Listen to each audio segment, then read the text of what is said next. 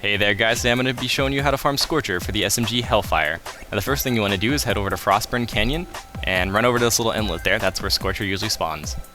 Now to get Scorcher to spawn, you need the quest Cult Following, and you need to have completed it up to the second part. Now to farm Scorcher quickly, you're going to need a weapon that can take him out pretty quickly, as he spawns a lot of little spider ant minions. Something like the Conference Call and the Bee work wonders, or the Siren's Phase Lock ability. However, I don't have either of those, and I can still farm him just fine using a combination of two key pieces of gear, which I'm about to show you. One is an adaptive shield, which gives me a lot of elemental resistance and a little bit of max health, which is nice.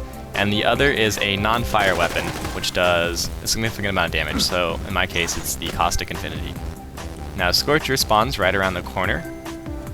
There he is. So the first thing I'm going to do is pop Deception and just run around behind him, just so I can get a few extra hits on his crit spot. Now the main thing you're going to want to watch out for if you have an adaptive shield is melee attacks, as they're going to change your resistance type back to physical. And you're going to actually see I actually do a bad job of dodging melee attacks here. But he still goes down, and I run over to check for the SMG, and he finally did drop it this time. Unfortunately, I actually went down right at the end, but the spider ant stayed around, so I was able to second one off of him. So I'm like, I'm going to grab the SMG and get the hell out of here, because I got like 15 spider ant minions chasing me, and I just want to get back and be able to look at it. So now I'm back in town and I can finally safely inspect the weapon. I noticed right away it's a Molly-Wand, which is really nice because it adds extra burn damage onto the weapon, which it already does almost 4,400 damage right off the bat, plus the 5,000 burn damage a second makes it do quite a bit of damage. And the weapon effect, We Don't Need No Fire, is really nice. It puts a little AoE fire burst wherever it lands, so if you actually shoot at their feet, you can still damage them, just kind of like Pele. I'm going to actually demonstrate the weapon effect so you can see it. And it's really cool. It's one of my favorite weapon effects actually in the game. Now I'm going to kill some fire kids so you can see the weapon in action.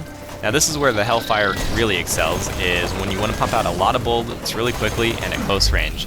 And combined with the Slayer of Terramorphous mod, it does a ton of fire damage, so it's actually a pretty decent SMG.